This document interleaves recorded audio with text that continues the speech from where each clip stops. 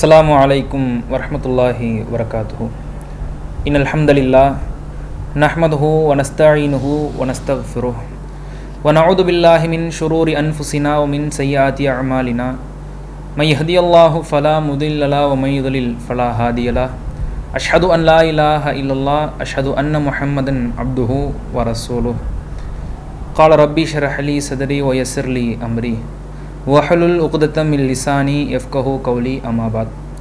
எல்லாம் அல்லாஹ்வின் கண்ணியத்திற்குரியவர்களே, அல்லாஹுடைய அன்பும் அருளும் என்றைக்கும் வற்றிவிடாத கிருபையும் கருணையும் நாம் உயிரிலும் உயர்வாக உபசரிக்கிற உத்தம தூதர் ஒழுக்க சீலர் அன்னலம்பெருமகனார் நபிகள் நாயகம் ஸல்லல்லாஹு அலைஹி வஸல்லம் அவர்கள் மீதும் அன்னவர்களது மார்க்கத்தை மக்கள் மன்றத்தில் கொண்டு போய் சேர்த்த அத்துணை நபித்தோழர்கள் தோழியர்கள் மீதும் நபி அவர்களினுடைய சொல் செயல் அங்கீகாரங்களை நம் கை சேர்க்க பாடுபட்ட அதற்காக வேண்டி அளப்பெரும் நேரங்களை ஒதுக்கிய தாபியின்கள் தபா தாபியின்கள் இன்னும் எண்ணற்ற இமாம்கள் மீதும் குறிப்பாக அருள் செறிந்த பாக்கியம் பொருந்திய ரமலானுடைய மாதத்தில நன்மைகளை அதிகம் அடைய வேண்டும் என்கிற இலக்கோடு மார்க்க சொற்பொழிவுகளை கேட்க வேண்டும், அதன்படியே தங்களது வாழ்வை தகவமைத்து கொள்ள வேண்டும் என்கிற உயரிய லட்சியத்தோடு இந்த நிகழ்ச்சியில் சங்கமித்திருக்கிற நம்மவர்கள் மீது என்றும் நீடித்து நிலை பெறட்டுமாக.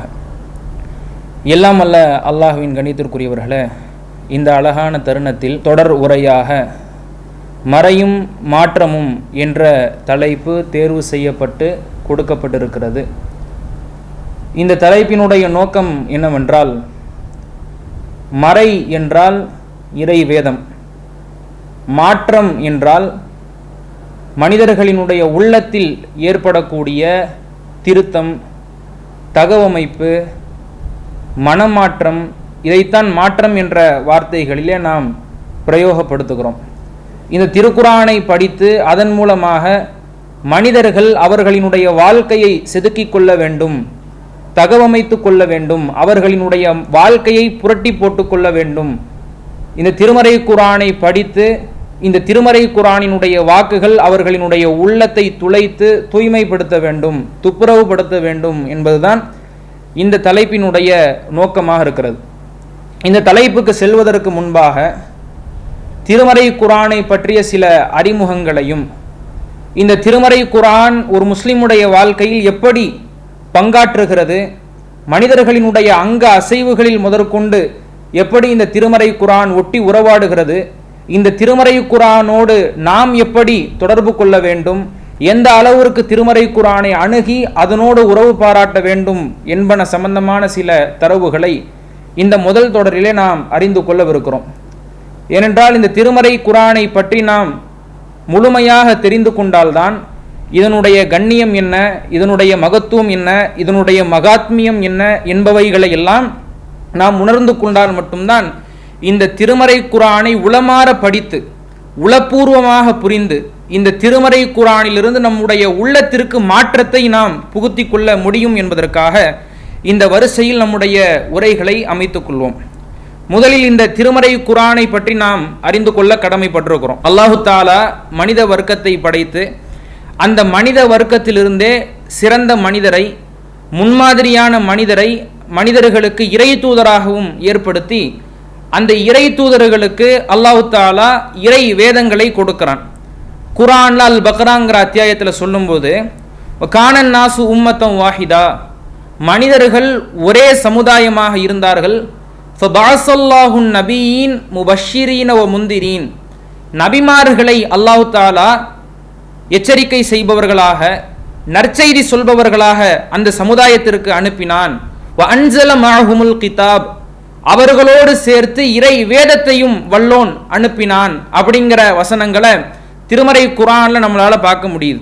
மனிதர்கள் ஒரே சமுதாயமாக இருந்தபோது அந்த மனிதர்களை நெறிப்படுத்துவதற்காக, அவர்களுக்கு ஒழுக்க நெறிகளை சொல்வதற்காக, மார்க்க தரவுகளை அவர்களுக்கு போதிப்பதற்காக, எது ஹலால் எது ஹராம், எப்படி வணங்க வேண்டும் எப்படி வணங்கக்கூடாது, இறை கோட்பாடு என்ன என்பன போன சட்டதிட்டங்களை அவர்களுக்கு எடுத்து உரைப்பதற்காக மனிதர்களுக்கு அல்லாஹ் தாலா ஒரு இறை தூதரை ஏற்படுத்தி அந்த இறை தூதருக்கு இறை வேதங்களையும் வகுத்து கொடுத்திருக்கிறான்.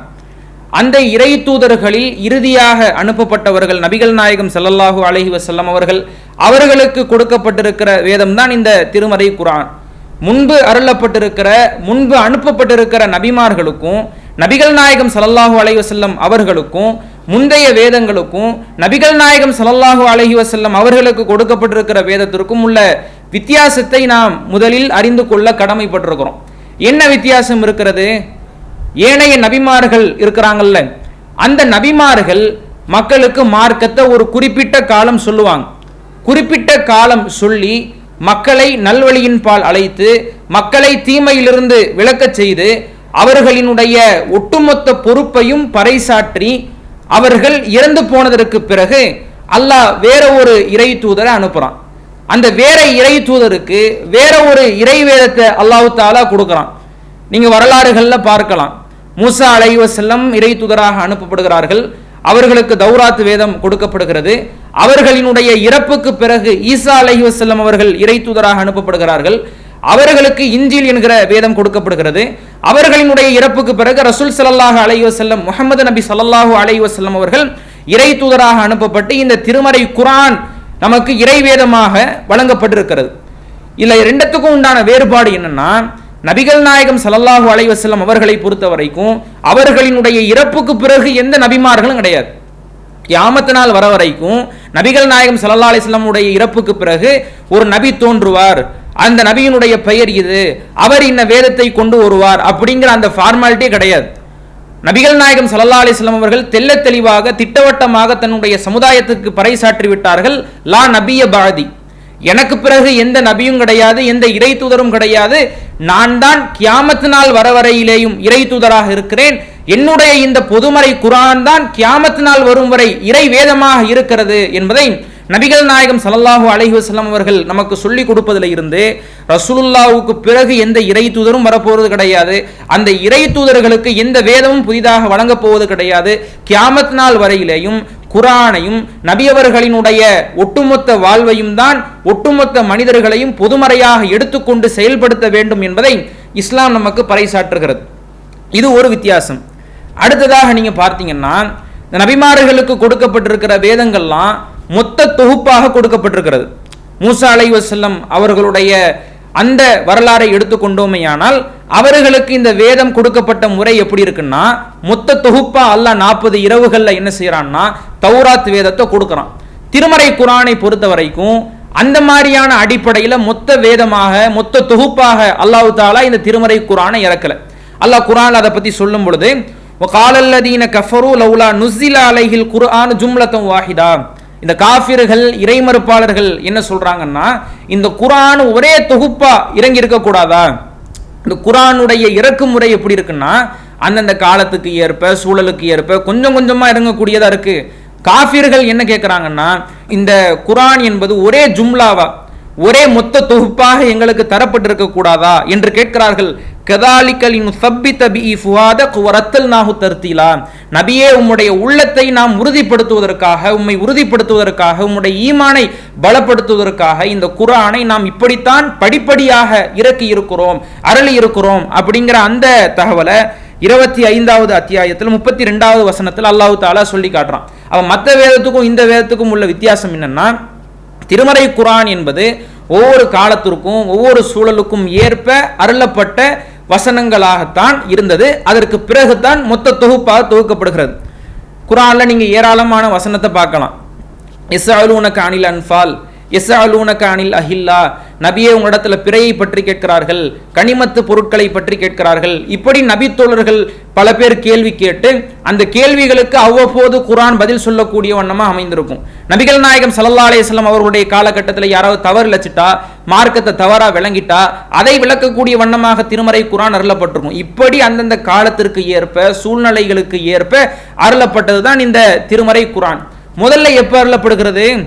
ரமலானுடைய மாதத்துல இறுதி 10 இரவுல ஒற்றைப்படையினுடைய நாட்கள்ல தான் என்ன செய்யப்படுகிறது? ஒற்றைப்படை நாட்களினுடைய இரவுகள்ல தான் இந்த குர்ஆன் ஏதோ ஒரு இரவுல, அது 21 இருக்கலாம், 3 இருக்கலாம், 5 இருக்கலாம், 27 இருக்கலாம், 29 இருக்கலாம், அந்த நாட்கள்ல தான் முதல் முறையில் இந்த திருமறை குர்ஆன் நபிகள் நாயகம் ஸல்லல்லாஹு அலைஹி வஸல்லம் அவர்களுக்கு அருளப்பட்டு ஏறக்குறைய 23 ஆண்டு காலங்கள் சிறுக சிறுக அந்தந்த காலத்திற்கும் சூழலுக்கும் ஏற்ப அருளப்பட்டு அதற்கு பிறகுதான் என்ன செய்யப்படுகிறது, மொத்த தொகுப்பா இன்னைக்கு நம்ம குர்ஆன் வச்சிருக்கிறோம்ல அந்த மாதிரி ஒரு குர்ஆனாக தொகுக்கப்படுகிறது என்பது இந்த தலைப்பில் நாம் தெரிந்து கொள்ள வேண்டிய அம்சம்.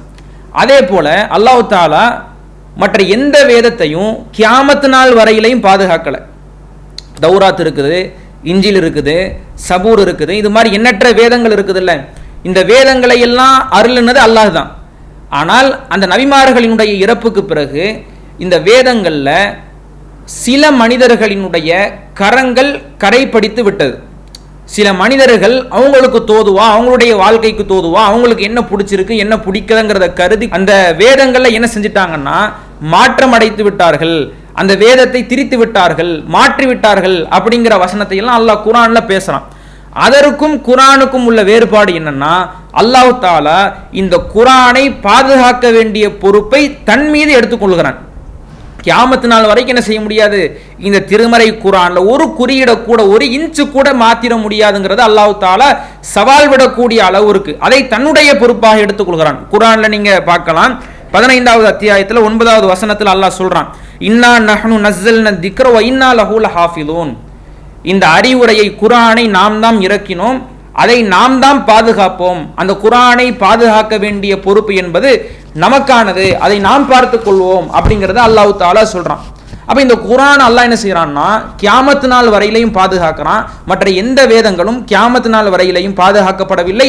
அதிலே பல மனிதர்களினுடைய கரங்கள், அவர்களினுடைய சுய சரக்குகள் படிந்து விட்டன என்பதை நாம் அந்த வேதங்களை படித்தும் குர்ஆனின் மூலமாகவும் அறிந்து கொள்கிறோம்.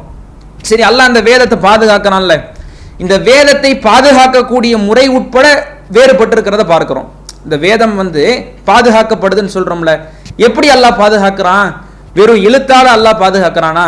நிறைய குர்ஆன் இருக்கு, லட்சோப லட்ச குர்ஆன்கள் இருக்கு, எந்த ஒரு குர்ஆன் அழிச்சிட்டாலும் இன்னொரு குர்ஆன் இருக்கு, லட்ச குர்ஆன் இருக்குன்னு அல்லாஹ் பாதுகாக்கிறான்னு கேட்டா இதுலயும் அல்லாஹ் தஆலா இதுல வேறுபடுத்துறான்.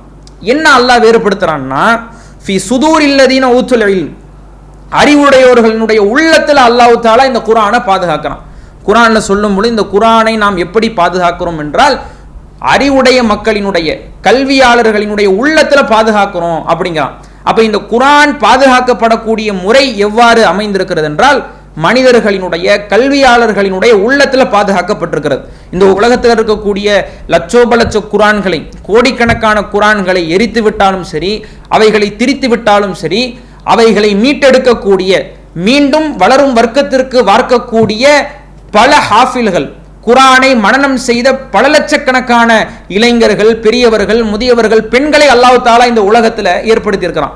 பொதுவாக எழுத்தை விட நீங்க பார்த்தீங்கன்னா மனிதர்களினுடைய உள்ளத்தில் பாதுகாக்கப்படுகிறதே இதுதான் பாதுகாப்பிலேயே மிக உச்சகட்டமானது. வாழையடி வாழையா ரசூல்லா நபித்தோழர்களுக்கு கற்றுக் கொடுத்தாங்க, நபித்தோழர்கள் தாபீன்களுக்கு கற்றுக் கொடுத்தாங்க, தாபீன்கள் தபா தாபீன்களுக்கு கற்றுக் கொடுத்தாங்க, அவர்கள் இன்னும் ஏனைய இமாம்களுக்கு கற்றுக் கொடுத்து இப்படி வாழையடி வாழையாக குர்ஆனை கற்றுக்கிட்டே வர்றாங்கல்ல. இதுதான், இந்த முறைதான் பாதுகாக்கப்படுவதனுடைய உச்சமாக இருக்கிறது. மற்ற எல்லா வேதங்களையும் பாருங்க, எல்லா வேதமும் எந்த வேதத்தை நீங்க எடுத்துக்கிட்டாலும் அது யாருடைய உள்ளத்திலேயாவது பாதுகாக்கப்படுகிறதா? உலகத்துல எவ்வளவோ பொதுமறை வேதங்கள்னு சொல்லப்படுகிறது. அந்த வேதங்கள்ல இருக்கக்கூடிய கருத்துக்கள் வாசகம் மாறாம, இன்ச்சு மாறாம, அதுல இருக்கக்கூடிய குறியீடு மாறாம அனைத்தும் ஒரே மாதிரியாக மனனம் செய்யப்பட்டிருக்கிறதா? அனைத்து பிரதிகளும் ஒரே கருத்தை தான் சொல்லுகிறதா? அப்படி கிடையவே கிடையாது. இந்த குர்ஆனை பார்த்தீங்கன்னா ஆரம்ப காலத்துல இருந்து ரசூல் ஸல்லல்லாஹு அலைஹி வஸல்லம் எப்படி ஓதுனாங்களோ இன்னைக்கு வரைக்கும் குர்ஆனை அப்படிதான் ஓதுறோம். அதுல இருக்க கருத்து மாறல, அதுல இருக்க வார்த்தை மாறல, இன்ச்சு மாறாம அதுல இருக்க குறியீடு உட்பட அனைத்து மனிதர்களும் ஒரே மாதிரி தான் ஓதுகிறோம். இந்த குர்ஆன் இருக்குது, இந்த குர்ஆனை எழுதி வச்சிருக்கிறாங்களே நம்ம தோதுக்காக எழுதி வச்சுக்கிறது. குர்ஆன் பிரதிகள் இருக்குல்ல, இந்த குர்ஆனை எழுதி வச்சிருக்கிறாங்கல்ல, நம்ம வீட்டு செல்ஃப்ல இருக்கும், பள்ளிவாசல்ல இருக்கும், சாஃப்ட்வேர் அரபி சாஃப்ட்வேர்ல இருக்கும், இப்படிலாம் இருக்குல்ல. இந்த குர்ஆன் எல்லாம் நமக்கு தோதுவா, அதை நம்ம என்ன செஞ்சிருக்கிறோம், எழுதி வச்சிருக்கிறோம். இந்த குர்ஆன்களை எல்லாம் அழித்து விட்டாலும் கூட கோடிக்கணக்கான லட்சோப லட்ச மக்களினுடைய உள்ளத்தில் தான் அல்லாஹ் தஆலா இந்த குர்ஆனை பாதுகாக்கிறேன் என்பதை தன்னுடைய திருமறை குர்ஆனிலே சொல்லுகிறான். அப்ப குர்ஆன் சம்பந்தமாக நாம் இந்த அம்சங்களை எல்லாம் அறிந்து கொள்ள கடமைப்பட்டிருக்கிறோம். அடுத்ததாக இந்த திருமறை குரான்ல பார்த்தீங்கன்னா குரான்லேயே அல்லாஹ் தாலா இந்த குரானுக்கு நிறைய பெயர்களை சூட்டுறான். இந்த குரானுக்கு குரானுங்கிற பெயர் மாத்திரமல்லாமல் இன்னும் சில பெயர்கள் இருப்பதாகவும் அல்லாஹ் அந்த பெயர்களை எல்லாம் கொண்டு திருக்குரானை அழைப்பதாகவும் பல வசனங்கள் அமைந்திருப்பதை நாம் பார்க்கிறோம். முதலாவதாக அல் குரான் நம்ம பிரயோகப்படுத்துகிறோம்ல, நம்ம குரான் தான் சொல்லுவோம், மற்ற பெயர்களை கொண்டு அழைக்க மாட்டோம். குரான் அப்படிங்கிறதுக்கும் திருமறை குரான்ல சான்றுகள் இருக்கிறது. மா அன்சல்னா அலைக்கல் குரான் லி தஷ்கா, நபியே நீங்கள் சிரமப்படுவதற்காக இந்த குரானை உங்களுக்கு நாம் அருளவில்லை அப்படின்னு அல்லாஹ் 20வது அத்தியாயத்துல 2வது வசனத்துல சொல்லி காட்டுறான். இந்த இடத்துல குரான் அப்படிங்கிற வார்த்தையை பிரயோகப்படுத்தி இருக்கிறான். அடுத்து சூரத்துல் ஃபுர்கான்ல முதல் வசனத்தை நீங்க பாத்தீங்கன்னா அல் ஃபுர்கான் அப்படிங்கிற அந்த வார்த்தையை கொண்டு குரானை அல்லாஹ் குறிப்பிடுறான். தபாரகல்லதி நஸ்ஸல் அல் ஃபுர்கான அலா அப்திஹ் லியகூன லில் ஆலமீன நதீரா, ஒட்டுமொத்த அகிலத்தார்களுக்கும் எச்சரிக்கை செய்யக்கூடியதற்காக தன்னுடைய அடியாருக்கு அல்லாஹ் ஃபுர்கானை, நன்மை எது தீமை எது உண்மை எது பொய் எது என்பதை பிரித்து காட்டக்கூடிய வேதத்தை அருளியவன் பாக்கியம் பொருந்தியவன் அப்படின்னு அல்லாஹ் தஆலா ஃபுர்கான்ல குரானை ஃபுர்கான் அப்படிங்கிற அந்த வார்த்தையில் அழைக்கிறான். அடுத்து 21வது அத்தியாயத்தில் பார்த்தீங்கன்னா கிதாப் அப்படிங்கிற வார்த்தையிலையும் அந்த பெயர்லையும் குரான் அல்லாஹ் அழைக்கிறான். லகத் அன்சல்னா இலைக்கும் கிதாபன் ஃபீஹி திக்ருக்கும், இந்த கிதாபை உங்களுக்கு நாம் இறக்கி இருக்கிறோம், இந்த கிதாபில் இந்த குரானில் உங்களுக்கு அறிவுரைகள் இருக்கிறது, அஃபலா தாக்கிலூன், நீங்கள் சிந்திக்க மாட்டீர்களா அப்படின்னு அல்லாஹ் தஆலா கேட்கிறான். அடுத்து 15வது அத்தியாயத்தில் 9வது வசனத்தில் அல்லாஹ் அல் திக்ர் அப்படிங்கிற அந்த பெயரை குரானுக்கு சூட்டுகிறான். நம்ம முன்னாடி படிச்சு காட்டணும்ல, இன்னா நஹ்னு நஸ்ஸல்னா திக்ர வ இன்னா லஹு லஹாஃபிதூன், இந்த திக்ரை இந்த அறிவுரையை நாம் இறக்கினோம், இந்த அறிவுரையை நாமே பாதுகாப்போம் அப்படின்னு அல்லாஹ் தஆலா 15வது அத்தியாயத்தில் சொல்லி காட்டுறான். அடுத்து இந்த குரானுக்கு தன்சீல் அப்படிங்கிற பெயரும் இருக்கிறது. வ இன்னஹு லதன்சீலு ரப்பில் ஆலமீன், அகிலங்களினுடைய இரட்சகனான இறைவனினுடைய தன்சீல் குரான் அப்படின்னு அல்லாஹ் தஆலா இந்த குரானை தன்சீல் அப்படிங்கிற வார்த்தையிலையும் அழைக்கிறான். அப்ப இந்த குரானுக்கு குரானை தாண்டி ஃபுர்கான் அப்படிங்கிற பெயர் இருக்கிறது, கிதாப் அப்படிங்கிற பெயர் இருக்கிறது, அத்திக்ர் அப்படிங்கிற பெயர் இருக்கிறது, தன்சீல் அப்படிங்கிற பெயர்கள் இருக்கிறது என்பதை நாம் என்ன செய்ய வேண்டும், அறிந்து கொள்ள வேண்டும். குரான்ல எப்பெல்லாம் இந்த வார்த்தைகளை படிக்கிறோமோ இந்த வார்த்தைகள் வேற ஒரு அர்த்தத்துக்கும் பயன்படுத்தப்படலாம், ஆனால் குரானுக்கு இந்த பெயர்களும் இருக்கிறது என்பதை நாம் அறிந்து கொள்ள வேண்டும். அடுத்து அல்லாஹ் தஆலா பார்த்தீங்கன்னா குரான்ல எண்ணற்ற வசனங்களை வர்ணிக்கிறான். இந்த குரான் எப்படிப்பட்டது, எந்த தன்மை உடையது, எச்சரிக்கை சொல்லக்கூடியதா, அறிவுரை சொல்லக்கூடியதா, மனிதர்களுக்கு நற்செய்தியை போதிக்கக்கூடியதான் அல்லாஹ் பல வார்த்தைகளில் இந்த திருமறை குரானை வர்ணிக்கிறான். அதை நம்ம தொடர்ச்சியாக பார்ப்போம். முதல்ல என்னது, 3 வர்ணனையையும் ஒரே வசனத்தில் அல்லாஹ் தஆலா சொல்லி காட்டுறான். நூர் புர்ஹான் முபின், யா ஐயுஹன் நாஸ், மக்களே கது ஜாஅக்கும் புர்ஹானும் மிர் ரப்பிக்கும், மக்களே இறைவனிடமிருந்து உங்களுக்கு ஒரு மிகப்பெரிய சான்று வந்திருக்கிறது. அன்சல்னா இலைக்கும் நூரன் முபீனா, தெளிவான ஒளியை உங்களுக்கு இறக்கி இருக்கிறோம்.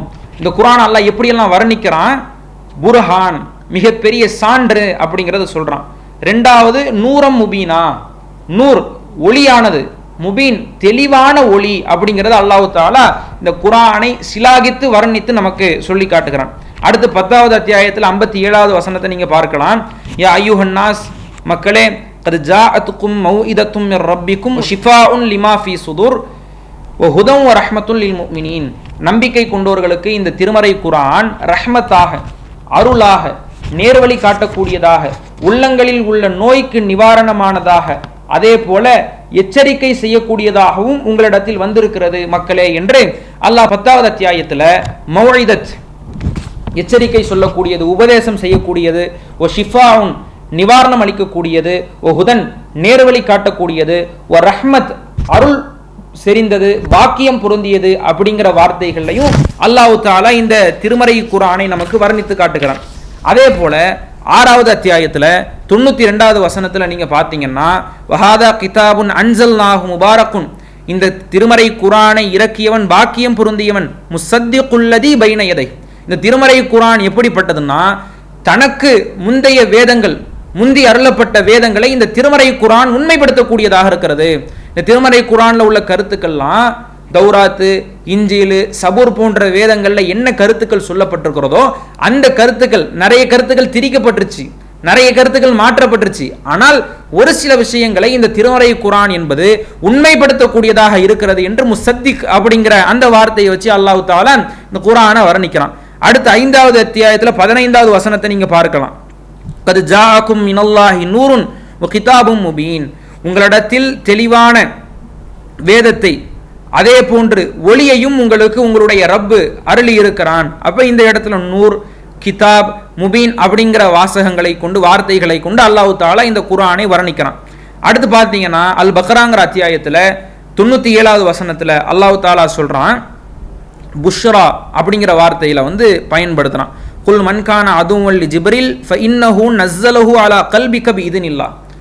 நபியே, இந்த ஜிப்ரீல் அலைஹிஸ்ஸலாம் அவர்களுக்கு யாரெல்லாம் எதிரியாக இருக்கிறார்களோ அவங்களுக்கு நீங்க சொல்லுங்க, இந்த குர்ஆனை இந்த நபியினுடைய உள்ளத்தில் இறக்கியது யாருதான்?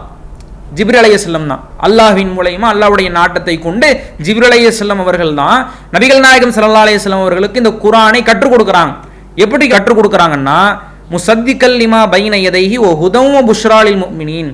நம்பிக்கை கொண்டவர்களுக்கு நற்செய்தியாக நேர்வழி காட்டக்கூடியதாக முந்தைய வேதங்களை உண்மைப்படுத்தக்கூடிய வண்ணமாக இருக்கக்கூடிய நிலையில் ஜிப்ரீல் அலைஹிஸ்ஸலாம் அவர்கள் முஹம்மது நபி அவர்களுக்கு இந்த திருமறை குர்ஆனை ஓதி கொடுத்தார்கள், இறக்கி வைத்தார்கள் அப்படின்னு அல்லாஹ் தஆலா குர்ஆன்ல ஹுதன் நேர்வழி காட்டக்கூடியது, புஷ்ரா நற்செய்தியானதுங்கிற வார்த்தைகளை கொண்டு வர்ணிக்கிறான். அடுத்து 41வது அத்தியாயத்தில் 41வது வசனத்தில் நீங்க பார்க்கலாம், பல் ஹுவ குர்ஆனும் மஜீதுன் ஃபீ லௌஹின் மஹ்ஃபூல். பாதுகாக்கப்பட்ட ஏட்டில் இருக்கக்கூடிய லௌஹுல் மஹ்ஃபூல் இருக்கக்கூடிய மகத்துவம் செறிந்த குர்ஆனாக வேதமாக இந்த திருமறை குர்ஆன் இருக்கிறது அப்படிங்கிற வார்த்தையில, மஜீத் அப்படிங்கிற வார்த்தையில் அல்லாஹ் தஆலா இந்த குர்ஆனை வர்ணிக்கிறான். அடுத்ததாக 41வது அத்தியாயத்தில் 3வது 4வது வசனத்தில் நீங்க பார்த்தீங்கன்னா, கிதாபுன் ஃபுஸ்ஸிலத் ஆயாத்துஹு குர்ஆனன் அரபியன் லிகௌமி யஅலமுன். அறிந்து கொள்ளக்கூடிய சமுதாயத்துக்கு அரபி மொழியில் இந்த குர்ஆன் இறக்கப்பட்டிருக்கிறது, இதனுடைய வசனங்கள் தெளிவுபடுத்தப்பட்டிருக்கிறது. பஷீரம் வ நதீரா. இந்த திருமறை குர்ஆன் எப்படிப்பட்டதுன்னா, நற்செய்தி சொல்லக்கூடியது, அறிவுரை சொல்லக்கூடியது, எச்சரிக்கை செய்யக்கூடியது. பஷீர், நதீர் அப்படிங்கிற வார்த்தைகள்ல அல்லாஹ் தஆலா திருமறை குர்ஆனை வர்ணிக்கிறான். இப்படி நூர், புர்ஹான், ஹுதன், முபீன், முபாரக், புஷ்ரா, அஜீஸ், பஷீர், நதீர், மஜீத், முசத்திக், மௌஇதத் அப்படிங்கிற வார்த்தைகளில் எல்லாம் திருமறை குர்ஆன் வர்ணிக்கப்பட்டிருக்கிறது என்பது குறிப்பிடத்தக்கதாக இருக்கிறது. இதையும் நாம் அறிந்து கொள்வதற்கு கடமைப்பட்டிருக்கிறோம். அடுத்ததாக இந்த திருமறை குர்ஆன் மனிதர்களினுடைய வாழ்க்கையில எந்த அளவுக்கு, ஒரு முஸ்லிமாக பிறந்தவர்களினுடைய வாழ்க்கையில எந்த அளவுக்கு இந்த குர்ஆன் உறவு பாராட்டக்கூடியதா, அவர்களினுடைய ஒட்டுமொத்த அங்க அசைவுகளோடு தங்கி அவர்களோடு சொந்தம் கொண்டாடக்கூடியதா, பல நிலைகள்ல குர்ஆன் மனிதர்களோடு நட்பு பாராட்டக்கூடியதாக இருக்கிறது என்பதை நாம் அறிந்து கொள்றதுக்கு கடமைப்பட்டிருக்கிறோம். நம்ம வாழ்க்கையில பல படிநிலைகள் உண்டு, நம்ம வாழ்க்கையில பல செயல்களை செய்கிறோம். அந்த செயல்கள் அனைத்திலேயுமே பெரும்பான்மையான செயல்கள்ல இந்த திருமறை குர்ஆனோடு நம்முடைய வாழ்க்கை தொடர்பு பட்டு இருக்கிறது என்பதை அல்லாஹும் சரி அல்லாஹ்வுடைய ரசூலும் சரி பல இடங்கள்ல நமக்கு உணர்த்தி காட்டுறாங்க. எந்த அளவுக்குன்னா, எந்த விஷயத்துல எல்லாம் குர்ஆன் நம்மோடு பிணைந்து இருக்கிறதுங்கிறத நீங்க பார்க்கணும். இப்போ 5 வக்து தொழுகிறோம்ல, தொழுகையில நிறைய தொழுகை இருக்கிறது. 5 வக்து தொழுகை இருக்கு. அந்த ஒவ்வொரு வக்து தொழுகையிலையும் முன்பின் தொழக்கூடிய சுன்னத்துகள் இருக்கு. நாம நஃபீலாக தொழக்கூடிய சுன்னத்துகள் இருக்கிறது. அதே நாளில் காலையில் தொழக்கூடிய லுஹா தொழுகை இருக்கிறது. அதே போன்று இரவு தொழக்கூடிய தஹஜ்ஜுத் தொழுகை இருக்கிறது. அதற்கு பிறகு தொழக்கூடிய வித்ர் தொழுகை இருக்கிறது. ஜனாசா தொழுகை இருக்கிறது. சுன்னத் தொழுகைகள் இருக்கிறது. நஃபீலான தொழுகைகள் இருக்கிறது. பெருநாள் தொழுகைகள் இருக்கிறது. ஜும்மா தொழுகைகள் இருக்கிறது. இந்த எல்லா தொழுகைகள்லையும் ஒரு தொழுகையில கூட நாம என்ன செய்ய முடியாதுன்னா, குர்ஆன் வசனத்தை ஓதாம அந்த தொழுகையை முடிக்க முடியாது. ஏன்னா நபிகள் நாயகம் ஸல்லல்லாஹு அலைஹி வஸல்லம் அவங்க சொல்லும் பொழுது, லா ஸலாத்த லிமல்லம் யக்ரா பி ஃபாத்திஹத்தில் கிதாப். நபிகள் நாயகம் ஸல்லல்லாஹு அலைஹி வஸல்லம் அவர்கள் சொல்லும் பொழுது, ஃபாத்திஹா சூரா இல்லாமல் தொழுகை கிடையாதுன்ட்டாங்க. ஜனாசா தொழுகையாக இருந்தாலும், ஜனாசா தொழுகைங்கிறது ஜனாசாவுக்காக நாம செய்யக்கூடிய பிரார்த்தனை, அந்த தொழுகையில உட்பட ஃபாத்திஹா சூரா ஓதாம நம்ம என்ன செய்ய மாட்டோம், தொழுகையை நிறைவு செய்ய மாட்டோம். இப்படி எல்லா சூறாக்கள்லையுமே ஃபாத்திஹா சூரா இருக்கிறதா இல்லையா? ஜனாசா தொழுகையை தாண்டி மற்ற எல்லா தொழுகைகள்லையுமே குர்ஆனில் சில வசனங்களை, நம்மால் இயன்ற வசனங்களை ஓதுறோமா இல்லையா? அல்லாஹ் நமக்கு அதான் என்ன செஞ்சிருக்கிறான், கட்டளை இட்டிருக்கிறான். ஃபக்ரவு மா தயஸ்ஸர மினல் குர்ஆன். இந்த குர்ஆன்ல உங்களுக்கு எது இலகுவா இருக்குதோ, ஓதுறதுக்கு ஈஸியா இருக்குதோ, அதை நீங்கள் தொழுகும் பொழுது உங்களுடைய தொழுகைகள்ல ஓதிக்கொள்ளுங்கள் அப்படின்னு அல்லாஹ் தஆலா சொல்றான். அப்போ இந்த தொழுகையில் இந்த குர்ஆன் வந்து நம்முடைய வாழ்வோடு பின்னி பிணைந்து இருக்கிறத பார்க்குறோம். நிறைய வணக்கங்கள் இருக்குது, ஹஜ் இருக்குது, உம்ரா இருக்குது, நோன்பு பிடிக்கிறது இருக்குது. இந்த எல்லா வணக்கங்களையும் விட மனிதர்கள் அதிகம் செய்யக்கூடிய வணக்கம் எது? முஸ்லீம்கள் அது செய்கிறாங்களோ இல்லையோ அதிகம் செய்யும்படி பணிக்கப்பட்டிருக்கிற ஒரு வணக்கம்னா தொழுகை. ஆனால் அந்த எல்லா தொழுகைகள்லையுமே நம்ம என்ன செய்கிறோம்? குர்ஆன் ஓதுறோம். குர்ஆன் ஓதாம ஃபாத்திஹா சூரா கூட ஓதலைன்னா அந்த தொழுகை என்ன செய்யப்படாது? ஏற்றுக்கொள்ளப்படாது.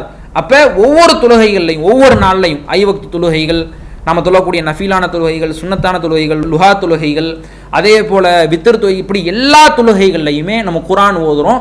தொழுகையில் குர்ஆனோடு பின்னி பிணைந்து நம்முடைய வாழ்க்கை இருக்கிறது அப்படிங்கிறது குறிப்பிடத்தக்கது. அடுத்து பார்த்தீங்கன்னா தூங்கும்போது கூட ரசூல் ஸல்லல்லாஹு அலைஹி வஸல்லம் வந்து குர்ஆனை ஓதிட்டு தூங்க சொல்கிறாங்க. தூங்க போகும்போது ரசூல்லா என்ன சூறாக்களை எல்லாம் ஓதி இருக்கிறாங்க? குல் ஹுவல்லாஹ் சூரா ஓதி இருக்கிறாங்க, குல் அஊது பிரப்பின் ஃபலக் ஓதி இருக்கிறாங்க, குல் அஊது பின் நாஸ் ஓதி இருக்கிறாங்க. அதே போன்று அல் பக்கராவினுடைய இறுதி வசனங்களை ஓதி இருக்கிறாங்க. ஆயத்துல் குர்சி ரசூல் ஸல்லல்லாஹு அலைஹி வஸல்லம் ஓதி இருக்கிறாங்க.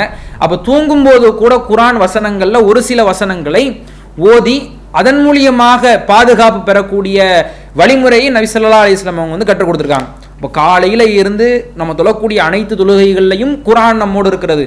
இரவு தூங்கும் பொழுதும் குர்ஆன்ல சில வசனங்களை நபிகள் நாயகம் ஸல்லல்லாஹு அலைஹி வஸல்லம் அவர்கள் ஓதி பாதுகாப்பு தேடி உங்களுடைய படுக்கைக்கு செல்லுமாறு அல்லாஹ்வுடைய தூதர் கட்டளையிட்டிருப்பதிலிருந்து நாம் படுக்கும் பொழுது இந்த திருமறை குர்ஆன் என்ன செய்யுது? நம்மோடு உறவு பாராட்டுகிறது. அதே போல பார்த்தீங்கன்னா எண்ணற்ற நோய்களுக்கு இந்த திருமறை குர்ஆன் நிவாரணமாக இருக்கிறது. ரசூல்லா எப்படியெல்லாம் மனிதர்களினுடைய வாழ்க்கையில் இந்த குர்ஆனை முடிச்சு போடுறாங்கிறத பார்க்கணும். ரசூல்லா எப்படி இந்த குர்ஆனோடு பின்னி பிணைந்து இணைந்து அல்லாஹ்வுடைய தூதர் இந்த குர்ஆனோடு உறவு பாராட்ட சொல்கிறாங்கிறதுக்காக இந்த ஹதீஸ்களை எல்லாம் சொல்கிறோம். என்ன நிவாரணம் இருக்குது?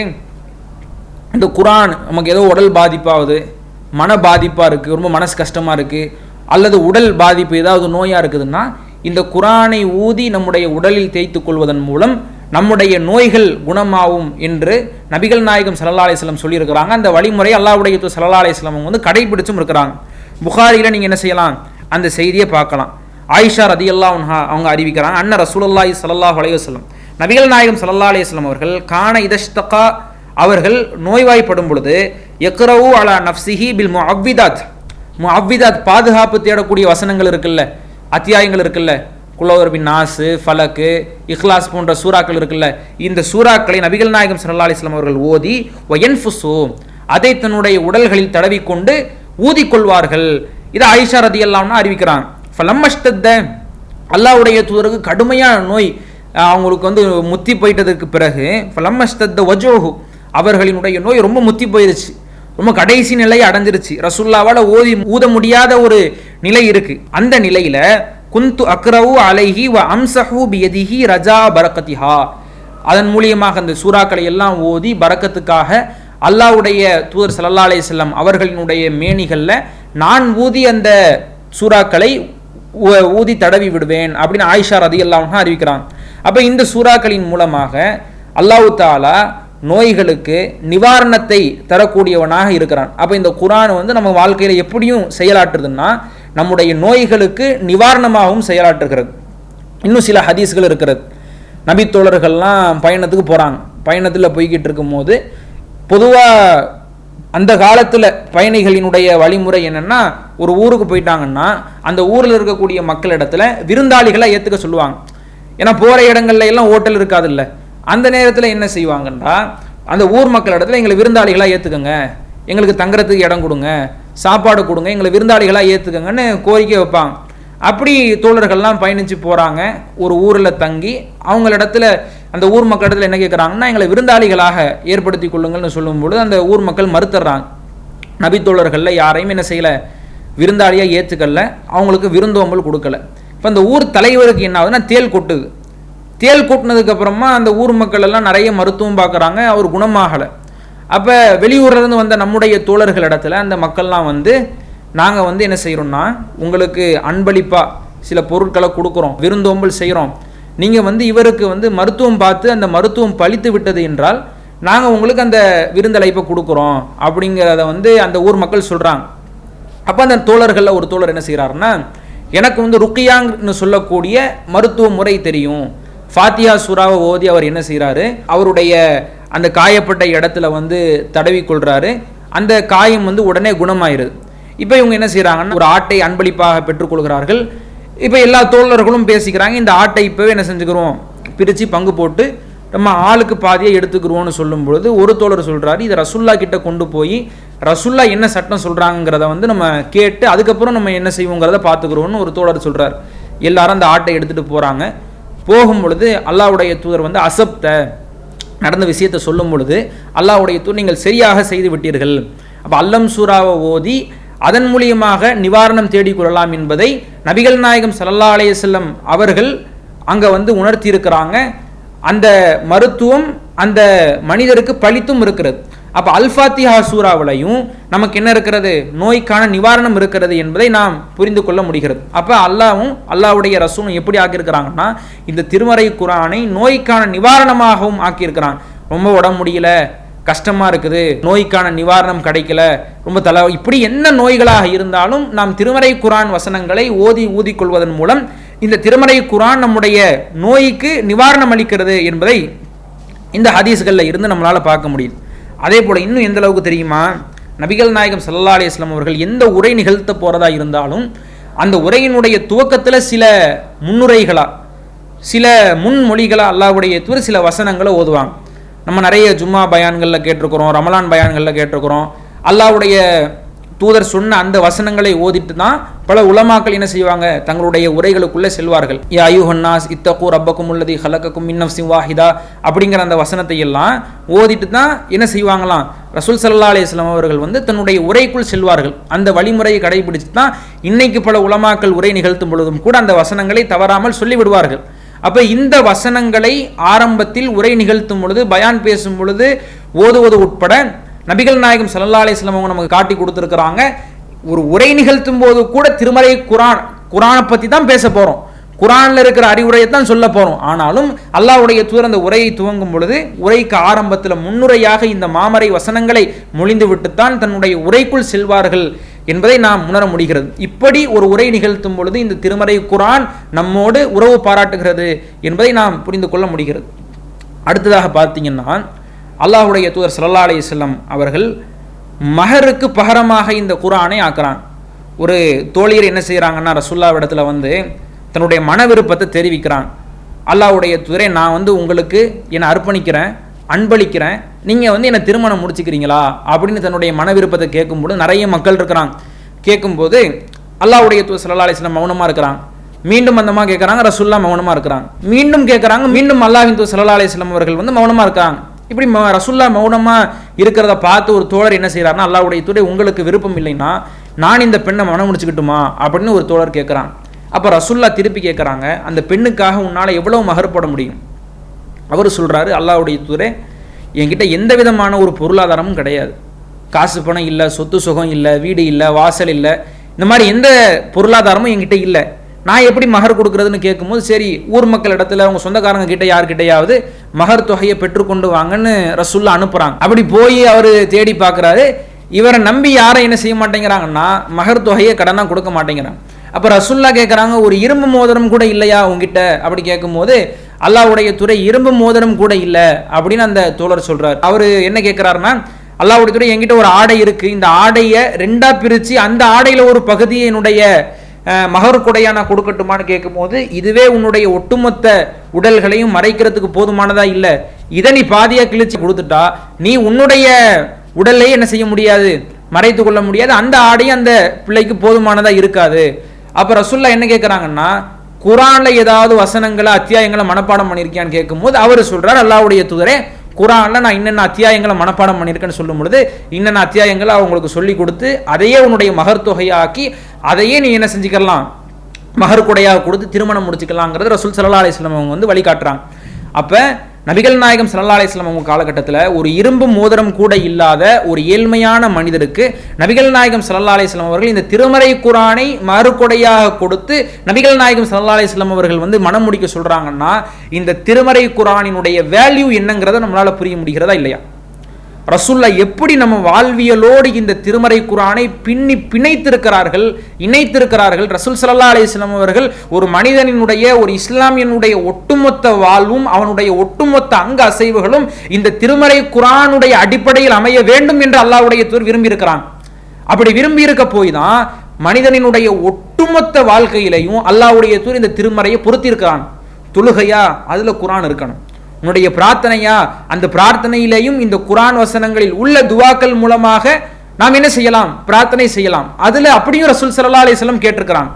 அப்போ பிரார்த்தனையிலேயா இருக்கட்டும், தொழுகையிலேயா இருக்கட்டும், ஒருத்தர் ரொம்ப ஏழ்மையில இருந்து இரும்பு மோதிரம் கூட இல்லாத ஒருவருக்கு மகர் தொகையாக இந்த திருமறை குர்ஆனை கொடுத்து அல்லாஹ்வுடைய தூதர் திருமணம் செய்து வைத்ததிலையா இருக்கட்டும், பயான் பேசும் பொழுது முன்னுரையில குர்ஆன் வசனங்களை சொல்றதா இருக்கட்டும், தூங்கும் போது திருமறை குர்ஆனை ஓதிவிட்டு தூங்க செல்வதாக இருக்கட்டும், நோய்க்கு நிவாரணமாக அல்லாஹ்வுடைய தூதர் இந்த திருமறை குர்ஆனை ஆக்கியதாக இருக்கட்டும், இப்படி எண்ணற்ற விஷயங்களில் அல்லாஹ்வின் தூதர் ஸல்லல்லாஹு அலைஹி வஸல்லம் அவர்கள், இஸ்லாமிய மார்க்கம் நமக்கு இந்த திருமறை குர்ஆனோடு நம்முடைய வாழ்வை இணைத்திருக்கிறது என்பதை நாம் புரிந்து கொள்ள வேண்டும். அடுத்ததாக இந்த குர்ஆன் இருக்குல்ல, இந்த குர்ஆன் மனிதர்களினுடைய வாழ்க்கையில் எந்த அளவுக்கு பங்களிப்பு கொடுக்குது, எந்த அளவுக்கு மனிதர்களினுடைய வாழ்க்கையில் ஒட்டி உறவாடுதுங்கிறதையெல்லாம் நம்ம பார்த்தோம். அப்போ இந்த திருமறை குர்ஆன் எந்த அளவுக்கு மனிதர்களினுடைய வாழ்க்கையில் ஒட்டி உறவாடுகிறது என்பதை நாம் புரிந்து கொள்ள முடிகிறது.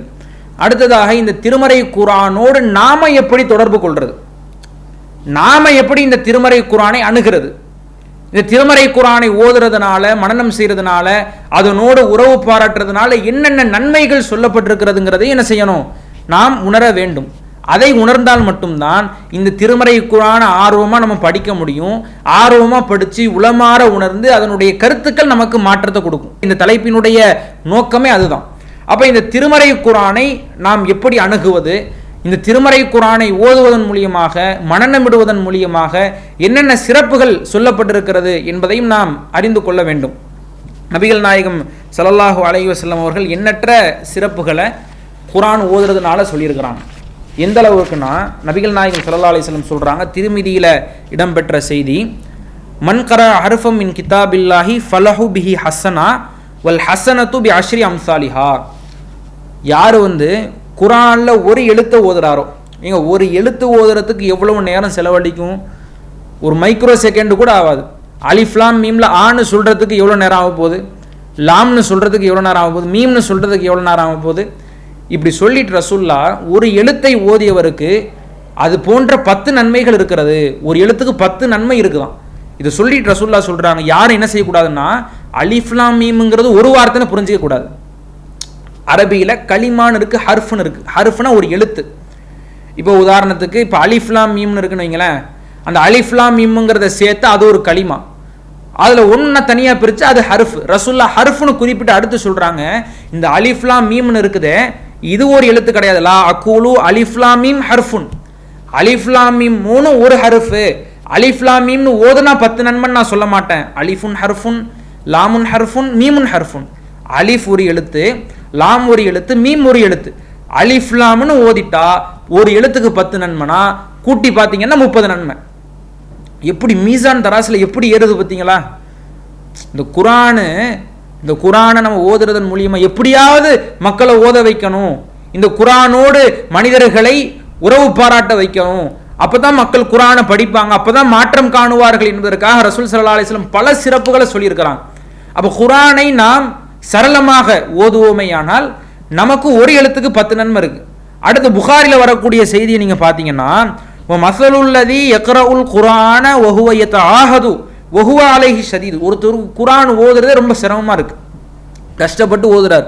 இந்த வயசானவங்களெல்லாம் பார்த்தீங்கன்னா ரொம்ப பள்ளிவாசல்களில் குர்ஆனை ரொம்ப கஷ்டப்பட்டு எழுத்து கூட்டி ஓதிக்கிட்டு இருக்கிறாங்கல்ல. இப்படி கஷ்டப்பட்டு ஒருத்தர் என்ன செய்யறாரு, குர்ஆனை ஓதுறாருன்னா அல்லாஹ்வுடைய தூதர் சொல்றாங்க, ஃபலஹு அஜ்ரான், அவருக்கு 2 மடங்கு கூலி இருக்குதான். அப்ப அவர் அலிஃப்னு படிச்சா அவருக்கு 10 நன்மை கிடையாது, அவருக்கு 20 நன்மை, 2 மடங்கு கூலி. அப்படியே ரசூலுல்லாஹ் என்ன செய்யறாங்கன்னா அது அப்படியே மல்டிபிளா சொல்றாங்க, அது 10 நன்மை கிடையாது 20 நன்மைங்கிறாங்க. அப்ப குர்ஆனை ஓதுறதுனால ஒரு எழுத்துக்கு 10 நன்மை இருப்பதாக இஸ்லாம் நமக்கு வழிகாட்டுகிறது. அதே போல அல்லாஹ்வுடைய தூதர் இன்னும் எந்த அளவுக்கு சொல்றாங்கன்னா, உங்கள ஒரு ஆள் அல்லாஹ்வுடைய தூதர் நபி தோழர் இடத்துல கேட்கிறாங்க, ஐயுக்கும் யுஹிப்பு ஐ யகுதுவ குல்ல யௌமின், உங்கள ஒவ்வொரு நாளும் ஒரு ஆள் என்ன செய்யறாருன்னா புத்ஹான் அப்படிங்கிற பகுதியில் ஒட்டகங்களோடு காலை பொழுது அடைகிறார். காலை பொழுதுல போய் பார்க்கும்போது 2 பெண்ணொட்டகங்கள் இருக்கு. அந்த 2 பெண்ணொட்டகங்களும் கொளுத்த நிலையில இருக்கு. அதனுடைய பால் கறக்கப்படாம இருக்கு. இப்படி உங்களுக்கு ஒரு ஒட்டகம் கொடுக்கப்பட்டால் அதை நீங்க ஏத்துக்கிறீங்களா, அது உங்களுக்கு பிடிக்குமான்னு கேட்கும் பொழுது நபி தோழர்கள்லாம் சொல்றாங்க, நுஹிப்பு தாலிக யா ரசூலல்லாஹ், அல்லாஹ்வுடைய தூதரே அதை யாராவது நேசிக்காம இருப்பாங்களா, அதை நாங்க நேசிக்கிறோம், நாங்க கண்டிப்பா அதை விரும்புவோம். ஏன் விரும்புறாங்க சஹாபாக்கள்? ஏன்னா ஒட்டகத்தினால அவ்வளவு பயன்கள் இருக்கு. அதுவும் பெண் ஒட்டகங்கள்ல இன்னும் பல பயன்கள் இருக்கு. அது பாலை கொடுக்கிறது, பொதிகளை சுமக்கிறது, பயணத்துக்காக தான் எடுத்துட்டு போகணும். அது முதுமை அடைந்து விட்டாலும் கூட அதை இறைச்சியாக்கி சாப்பிட்டுக்கலாம், அதை விற்பனை செஞ்சுக்கலாம். இப்படி பல பயன்கள் அந்த காலகட்டத்தில் ஒட்டகத்தில் இருந்தது. அப்போ ரசூல் ஸல்லல்லாஹு அலைஹி வஸல்லம் என்ன கேட்குறாங்கன்னா, ஒவ்வொரு காலை பொழுது அடையும் போதும் உங்களுக்கு ஒரு ஆளுக்கு இப்படி ஒரு ஒட்டகம் 2 ஒட்டகம் கொடுத்தா அதை நீங்கள் ஆசைப்படுவீங்களா? அல்லாஹ்வுடைய தூதரே நாங்கள் ஆசைப்படுவோம். நுஹிப்பு தாலிக யா ரசூலல்லாஹ், அதை நாங்கள் விரும்புவோம் நபி தோழர்கள் சொல்கிறாங்க.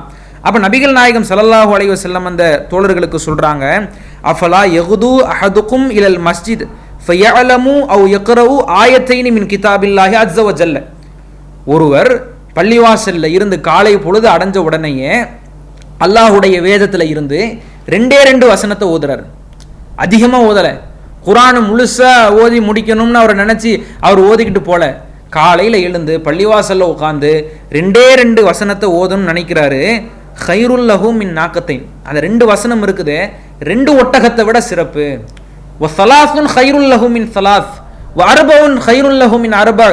3 வசனம் ஓதுனா 3 ஒட்டகங்களை விட சிறப்பு, 4 வசனங்கள் ஓதுனா 4 ஒட்டகங்களை விட சிறப்புன்னு ரசூல் ஸல்லல்லாஹு அலைஹி வஸல்லம் சொல்லியிருக்கிறாங்க. இது முஸ்லீம்ல இடம்பெறுகிறது. அப்ப எந்த அளவுக்கு பாருங்க, அந்த காலகட்டத்தில் ஒரு ஒட்டகத்தை கொடுத்தா மனுஷன் எவ்வளவு மகிழ்ச்சி அடைவானோ, அந்த மாதிரி சொர்க்கத்தில் இந்த ஓதுன வசனங்கள் எல்லாம் நமக்கு மகிழ்ச்சி அளிக்கும். நம்ம எதை கொடுத்தா மகிழ்ச்சி அடைவோமோ அந்த பொருளுக்கு பகரமாக இந்த குர்ஆன் வசனங்கள் இருக்கிறது. அந்த குர்ஆன் வசனங்களுக்கு பகரமாக நாம் மறுமையில் மகிழ்ச்சி அளிக்கப்படுவோம். அல்லாஹ்வுடைய தூதர் ஸல்லல்லாஹு அலைஹி வஸல்லம் அவர்கள் சொல்றாங்க, 2 வசனம் காலையில பள்ளிவாசல்ல உட்கார்ந்து ஒருத்தர் ஓதுனா அது 2 ஒட்டகத்தை விட சிறப்பு. அவர் 3 வசனம் ஓதுனா 3 ஒட்டகத்தை விட சிறப்பு, 4 ஓதுனா 4 வசனத்தை விட சிறப்புன்னு ரசூல் ஸல்லல்லாஹு அலைஹி வஸல்லம் அவர்கள் அந்த அளவுக்கு இந்த குர்ஆனை எப்படியாவது மக்கள் ஓதணும் அப்படிங்கிறதுனால பல சிறப்புகளை நபிகள் நாயகம் ஸல்லல்லாஹு அலைஹி வஸல்லம் சொல்லியிருக்கிறாங்க. அடுத்து அல்லாஹ்வுடைய தூதர் சொல்றாங்க, புகாரியில் 5203வது செய்தியாக இடம்பெறுகிறது, கான யகூலு கா ரசூலுல்லாஹி ஸல்லல்லாஹு அலைஹி வஸல்லம், அல்லாஹ்வுடைய தூதர் சொல்கிறார்கள், லம் யஅதனில்லாஹு லிஷைஇன் மா அதினலின் நபி ஸல்லல்லாஹு அலைஹி வஸல்லம் யதகன்னா பில் குர்ஆன். இந்த நபி குர்ஆனை அழகிய குரல்ல அழகிய ஓசையில நல்ல கிராத்தா ஓதுறத அல்லாஹ் செவிய இருக்கிற மாதிரி வேற எதையுமே செவிய இருக்கிறது இல்லையா. ரசூல் ஸல்லல்லாஹு அலைஹி வஸல்லம் ஓதுறது ரொம்ப இனிமையா இருக்கும், ரொம்ப கிராத்தா ரொம்ப அழகா ரசூல் ஸல்லல்லாஹு அலைஹி வஸல்லம் ஓதுறாங்க. இப்படி மனிதர்கள் ஓதும் போது குர்ஆனை இரவுலையோ பகல்லையோ நம்ம தனியா இருக்கும்போது கிராத்தா பொதுமக்கள்லாம் இருக்கும்போது கிராத்தா ஓதுனா அது ஒரு மாதிரி அச்சமா இருக்கு. அப்ப தனியா இருந்து என்ன செய்யறோம், கிராத்தா குர்ஆன் ஓதுறோன்னு வைங்க, இது மாதிரி ஒன்னும் அல்லாஹ் என்ன செய்யல, வேற எதையும் செவியேற்கவில்லை என்று நபிகள் நாயகம் ஸல்லல்லாஹு அலைஹி வஸல்லம் அவர்கள் சொல்லி இருக்கிறார்கள். அப்ப நாம கிராத்தா குர்ஆன் ஓதுறத அல்லாஹ் தஆலா செவியேற்கிறான், அல்லாஹ் செவிமடுத்து கொண்டிருக்கிறான், இதற்கான கூலியை நமக்கு கொடுத்து கொண்டிருக்கிறான் அப்படிங்கிறத புரிய முடிகிறது. இப்படி எண்ணற்ற சிறப்புகள் மனனம் செய்யறதுனாலே நீங்க பார்க்கலாம், எண்ணற்ற சிறப்புகள் இருக்கிறது. அல்லாஹ்வுடைய தொலை வைக்கிறதுக்கு என்ன தகுதி சொன்னாங்க? நிறைய பேர் இருக்கிறோம், நிறைய பேர் இருக்கும்போது ஒருத்தர் இமாமத்து பண்ணணும்னா அதுக்கு ரசூலுல்லாஹ் சொன்ன தகுதி என்ன? அவர் மாஸ்டர் டிகிரி படிச்சிருக்கணும்னு சொன்னாங்களா? பிஹெச்டி முனைவர் பட்டம் படிச்சிருக்குன்னு சொன்னாங்களா? டாக்டர் படிச்சிருக்குன்னு சொன்னாங்களா? உங்கள யாருக்கு குர்ஆன் அதிகம் மனனத்தில் இருக்கிறதோ, யார் அதிகமாக குர்ஆனை மனப்பாடம் பண்ணியிருக்கிறாரோ அவர் தான் முதல்ல தொலை வைக்கணும். அவர் தான் தொலை வைக்கிறதுக்கு தகுதியானவர். அவர்கள் தான் முதல் சஃபில் நிற்பதற்கு தகுதியானவர்கள். நபிகள் நாயகம் ஸல்லல்லாஹு அலைஹி வஸல்லம் குர்ஆனை மனனம் செய்தவர்களை எந்த அளவுக்கு மகத்துவப்படுத்தி இருக்கிறான். ஏன் இவ்வளவு மகத்துவம் தெரியுமா இந்த மனனத்துக்கு? ஏன்னா இந்த குர்ஆனை பார்த்து தான் நம்மளால ஓத முடியுதுன்னு வைங்களேன். எங்கேயா இருந்தாலும் நம்ம பார்த்து தான் ஓத முடியும். ஆனால் மனனத்தில் நம்ம ஏற்றிக்கிட்டோம்னா எல்லா நேரத்திலையும் குர்ஆனோடு தொடர்பில் இருக்கலாம். இப்போ பெண்கள்லாம் வீட்டில் காய்கறி நறுக்கிக்கிட்டே இருக்கிறாங்க. காய்கறி நறுக்கிக்கிட்டே இருக்கும் போது டிவி சீரியலை பார்த்துட்டு நறுக்காம அந்த நேரத்தில் என்ன செய்யலாம், குர்ஆனை மனனம் பண்ணியிருந்தார் குர்ஆனை ஓதிக்கிட்டே காய்கறி நறுக்கலாம், குர்ஆனை ஓதிக்கிட்டே சமையல் சமைக்கலாம். ஆண்கள் வண்டியில் போய்கிட்டே இருக்கிறாங்க, அந்த நேரத்தில் ஃபோனை பார்த்து குர்ஆன் ஓத முடியுமா? அல்லது குர்ஆனை எடுத்து கையில் வச்சுக்கிட்டு குர்ஆன் ஓத முடியுமா? அப்போ மனனத்தில் இருந்தால் அந்த குர்ஆனை வண்டியில் போகும்போது ஓதலாம், சாலைகளில் நடந்து போகும்போது ஓதலாம், சும்மா இருக்கும்போது ஓதலாம், குர்ஆன் இல்லாத நேரத்தில் ஓதலாம். அதனால ரசூலுல்லாஹ் மனனத்துக்கு அவ்வளோ சிறப்பு. ஒருத்தர் தொலை வைக்கிறதுக்கு தகுதி அப்படின்னா அவர் நல்ல குர்ஆன் ஓதி இருக்கணும், அதிகமான வசனங்களை மனப்பாடம் பண்ணியிருக்கணும். அப்படி யார் உங்கள் அதிகமாக வசனங்களை மனப்பாடம் பண்ணியிருக்கிறீங்களோ, அத்தியாயங்களை மனப்பாடம் பண்ணியிருக்கிறீங்களோ, அவர் தான் வந்து தொலை வைக்கணும்னாங்க நபிகள் நாயகம் ஸல்லல்லாஹு அலைஹி வஸல்லம் அவர்கள். அப்போ எந்த அளவுக்கு அல்லாஹ்வுடைய ஸல்லல்லாஹு அலைஹி வஸல்லம் அவர்கள் மனனம் செய்யறதுக்கு இன்னும் எந்த அளவுக்குன்னா, உஹது களத்தில் பல தோழர்கள் கொல்லப்படுறாங்க, ஷஹீதாக்கப்படுறாங்க. நபி தோழர்கள் கொல்லப்படும் போது எல்லாருக்குமே ஒவ்வொரு குழியாக ரசூலுல்லாஹ் வெட்டலை. எல்லாருக்குமே ஒரே குழி, ஒவ்வொரு குழியை ஒவ்வொரு ஆளுக்கும் ஒவ்வொரு குழியை வெட்டலை. ஒரு குழியை தோண்டி பல பேரை தான் ரசூல் ஸல்லல்லாஹு அலைஹி வஸல்லம் அடக்கம் பண்ணுறாங்க. அப்படி அடக்கம் பண்ணும்போது உட்குழியில் யாரை வைக்கிறதுன்னு ரசூலுல்லாஹ் சொல்கிறாங்க, உங்களில் யார் குர்ஆனை அதிகம் மனனம் செய்திருக்கிறாரோ அவரை உட்குழியில் வைங்க. ஒரு தனி கண்ணியமாக இல்லையா? இப்போ மேலே இருக்கிறவங்க மண் அள்ளி போடும்போது மேலே இருக்கிறவங்க எல்லா மேலேயும் என்ன செஞ்சிடும், மண் முதல்ல படும். கீழே இருக்கிறவர் யாரு, குர்ஆனை அதிகம் மனனம் செய்தவர். ஆனால் அப்படி மனனம் செய்தவர்கள் உட்குழி அடக்கம் செய்யப்படணும் அப்படின்னு நபிகள் நாயகம் ஸல்லல்லாஹு அலைஹி வஸல்லம் அவர்கள் விரும்பி இருக்கிறாங்க. இப்படி எந்த விஷயங்களை நீங்கள் எடுத்துக்கிட்டாலுமே நபிகள் நாயகம் ஸல்லல்லாஹு அலைஹி வஸல்லம் அவர்கள் இந்த குர்ஆனோடு மனிதர்களினுடைய வாழ்க்கையை இணைத்து இந்த குர்ஆனுடைய சிறப்புகளை எல்லாம் மக்கள் சமுதாயத்திற்கு உணர்த்தி, இந்த குர்ஆனை ஓதுறதுனால என்ன சிறப்பு, வாசிக்கிறதுனால என்ன சிறப்பு, இந்த குர்ஆனை மனனம் செய்யறதுனால என்ன சிறப்பு, இந்த குர்ஆன் எப்படி மனிதர்களுடைய வாழ்க்கையில் பின்னி பிணைந்து இருக்கிறதுங்கிறதையெல்லாம் நபிகள் நாயகம் ஸல்லல்லாஹு அலைஹி வஸல்லம் அவர்கள் உணர்த்தி இருக்கிறார்கள். அதை நாம் உளமாற உணர்ந்து புரிந்து கொண்டால் மட்டும்தான் இந்த திருமறை குர்ஆன் முழுமையான மாற்றத்தை நமக்கு இந்த திருமறை குர்ஆன் கொடுக்கும். இந்த தொடர்களை நாம் முழுமையாக விளங்கிக் கொள்வதற்கும் இந்த அறிமுகம் ஒரு முக்கிய அம்சமாக இருக்கும். அல்லாஹ் தஆலா வந்து குர்ஆன்ல சொல்றான்ல, வலக்கத் யஸ்ஸர்னல் குர்ஆன லித்திக்ர், இந்த குர்ஆனை ஓதுவதற்கு இலகுவாக்கி இருக்கிறோம். இந்த ஓதுறதுக்கெல்லாம் பெருசாக நீங்கள் படிச்சுட்டு வரணும்னு இல்லை, இந்த குர்ஆனை ஓதுறதே ரொம்ப இலகுவாக்கி இருக்கிறோம், ரொம்ப லேசாக்கி இருக்கிறோம். ஃபஹல்மி முத்தக்கிர், இந்த குர்ஆனை படித்து படிப்பினை பெறுபவர்கள் இருக்கிறீர்களான்னு அல்லாஹ் கேட்குறானே. அல்லாஹ் முதல்ல சொன்னது இந்த குர்ஆனை படிப்பவர்கள் உண்டா, அடுத்து படித்து படிப்பினை பெறுபவர்கள் உண்டா, இந்த குர்ஆனை லேசுப்படுத்தி இருக்கிறோம்னு அல்லாஹ் தஆலா சொல்கிறான். அப்படி சொல்றதுல இருந்து இந்த குர்ஆனை படிப்பதனால இதனோடு தொடர்பு கொள்றதுனால என்ன சிறப்புங்கிறத நம்ம விளங்கிக்கிட்டாதான் இந்த குர்ஆன் நம்முடைய வாழ்க்கையில எப்படி மாற்றத்தை தரப்போகுது, இந்த குர்ஆனை படித்து நாம் நம்முடைய வாழ்க்கையில் எப்படி மாற்றத்தை ஏற்படுத்தி கொள்ள போகிறோம் என்கிற தகவல்களை தெரிந்து கொள்வதற்கு இந்த அறிமுகம் ஒரு அச்சாணியாக இருக்கும் என்பதை சொல்லி இந்த உரையை முடித்துக் கொள்கிறேன். வரக்கூடிய நாட்களில் இது சம்பந்தமான இன்னும் சில தரவுகளை நாம் அறிந்து கொள்ள கடமைப்பட்டிருக்கிறோம். அஸ்ஸலாமு அலைக்கும் வரஹ்மத்துல்லாஹி வபரகாத்துஹு.